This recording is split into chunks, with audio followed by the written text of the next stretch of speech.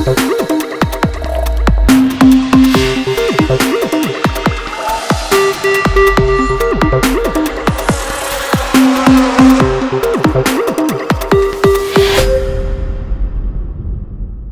back into the professions, we have the Public Relations Society of Kenya that has been most recently established.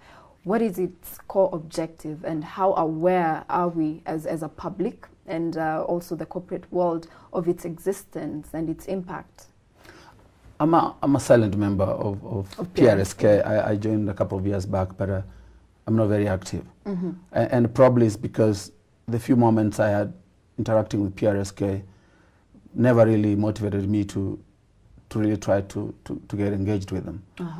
But an organization like PRSK, just like MSK, LSK and all that, is really supposed to create a platform for bringing the entire community of practitioners together. Indeed. Create standards for them, create development programs for them, give them professional code of practice so that everybody can do the job the way it's supposed to be done, so they can elevate the standards of the profession. And probably also just to give them a networking opportunity, which I believe PRSK does.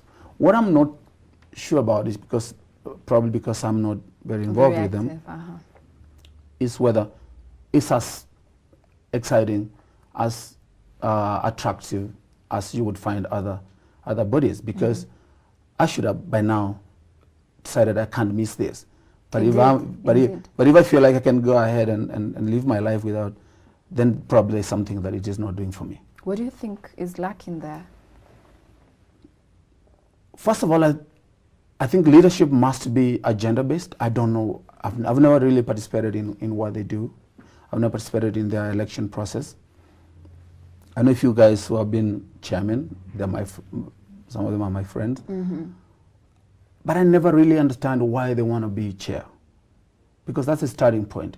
The person who's going to lead an organization must say, this is my agenda, and also come out at the end of his term and say, I said I would do ABCD, this is what I've done, and this is how it has contributed to the development of PR. I'm not aware of that. And again, probably because I'm not very active. An active member. Yes. But if it was very active, even if I'm not involved, I would know. You because would, yeah, indeed. These are PR practitioners. Remember, one of the tools we use to reach out to stakeholders is communication. So I should have found that information somewhere. Okay. Yeah. Let's talk about professional conduct, and also we'll highlight this vis-a-vis the PRSK. We mentioned before, we have a lot of people saying that PR officers, PR specialists out there. Isn't this body supposed to be the PRSK? Isn't it supposed to contribute in some way in governing and maybe regulating, accrediting professionals, PR professionals across the country? And has it done that really? I think that's the biggest challenge, because the last time I interacted with them, this was the conversation. We need to have an accreditation process. Indeed. So that not everybody jumps in and says they're PR practitioners, and therefore, you know, they're bidding with everybody for jobs. They need to set the standards so that, you know, everybody is known to be doing this. Because I know many organizations, especially government organizations, would ask, if you are an agency, you need to be a member of PRSK. Indeed. As a requirement, which is a good thing.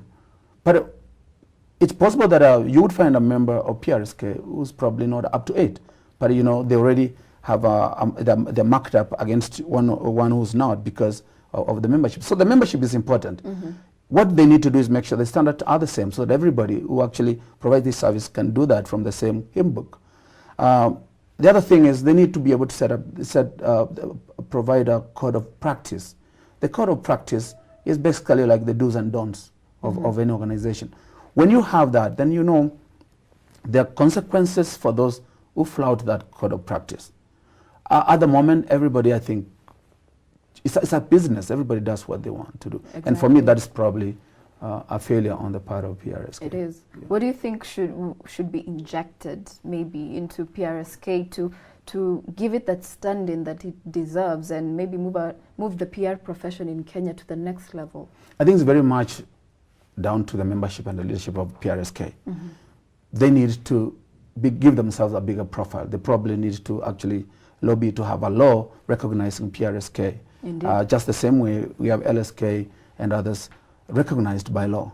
Because then that gives defines the path along which everybody must walk. Secondly, they need to strengthen the ideals that they fight for. They need to strengthen the profession. They need to be involved in providing curriculum for development of new upcoming journalists, or rather, PR practitioners. Yes, yes. They need to be able to contribute to universities in terms of this is what would make a good PR practitioner. They need to also be involved in providing the development themselves.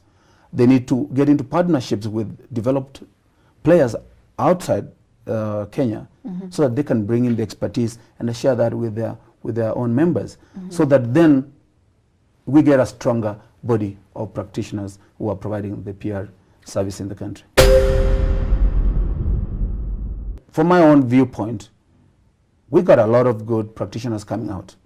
We got a lot of entities setting up which are led by PR professionals. So that's a good thing. It is. The whole idea is to try and make sure we inject fresh and young blood into these organizations. We also allow the development of fresh ideas. We get global best practice infused into our own practice and see where that goes. I'll tell you, I mean, I keep telling a few people I talk with some of my friends that, you know, I had the privilege of probably experiencing a lot more than conventional PR at my time in KCB. At that time, I probably was the only PR person who was also doing corporate social responsibility. Okay. At that time, I was probably the only PR person who did sustainability management. Wow. And that is something you don't find in every PR setup. Reason being, the capacity isn't there.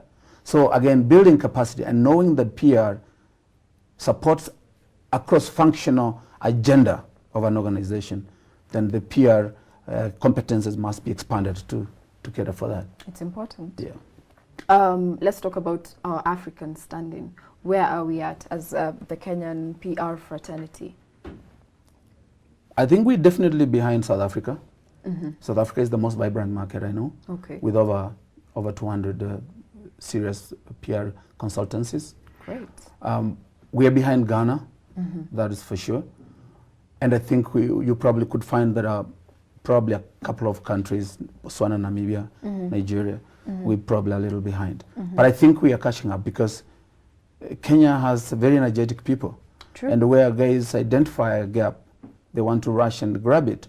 And you've seen a lot of people getting into training programs just to try and make sure they can actually compete for certain services.